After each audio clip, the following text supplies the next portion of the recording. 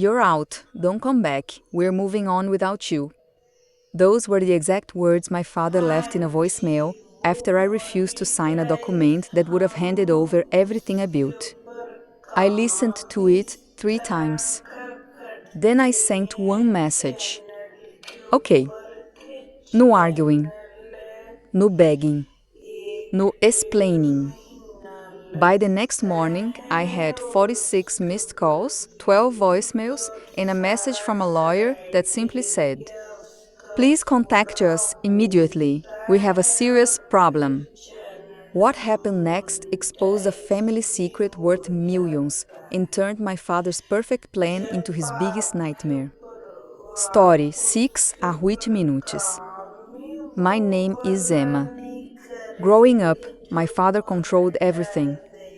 The family business, the money, the properties, even family decisions. Everyone obeyed him because he always acted like he knew best. When mom passed away, things got even worse. He became obsessed with control. For years, I worked in the family real estate company. I handled contracts, finances, and client relationships. Most people thought my father ran everything. The truth? I was the one keeping the business alive. I knew every account, every investor, every trust document, every pending property deal. But none of that mattered to him. One evening, he called a family meeting. My brother was there. His wife was there. The company attorney was there. And there was a stack of documents waiting for me. Dad smiled. "Sign this." I started reading. My stomach dropped. The papers transferred my authority and ownership rights to my brother. Everything I had spent 10 years building would be gone. I looked up. This has to be a joke. Dad's smile disappeared. It's not a request. I pushed the papers away. I'm not signing. The room went silent. Dad stood up. "If you walk away from this family, don't come back." I grabbed my bag and left. That night, my phone rang. Voicemail. His voice was cold. "You're out. Don't come back. We're moving on without you." I listened quietly. Then I texted back one word. "Okay." The next morning, I started making calls. Not revenge calls.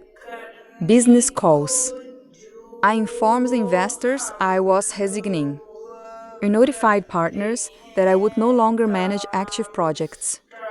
I removed myself from agreements where my signature and expertise were required.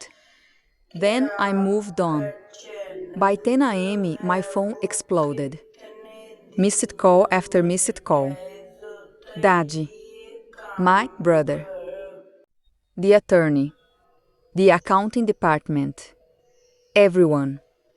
I ignored them. At noon, I received a message from a lawyer. "Please contact us immediately. We have a serious problem." I finally answered. The lawyer sounded panicked. "Several transactions are frozen." "What transactions?" "The trust." I paused. "What trust?" Silence. Then he realized what he had revealed. Apparently, Dad had forgotten one thing. Years earlier, my grandfather created a family trust. A massive one. Several properties, investments, and company shares were protected inside it. The trust had a condition. A condition nobody expected to matter.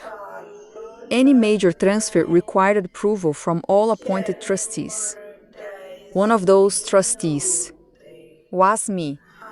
Without my approval, millions of dollars in assets couldn't move. Deals couldn't close. Loans couldn't be approved. Properties couldn't be sold. Everything froze. Completely. Dad had spent months planning to remove me, but he never checked the trust paperwork. The very paperwork Grandpa had personally designed. That evening, Dad finally called from a number I didn't recognize. I answered. For several seconds, he said nothing. Then, come home. I laughed. No. His voice shook. We can discuss this. Like you discuss these documents. Silence. For the first time in my life, my father didn't have control.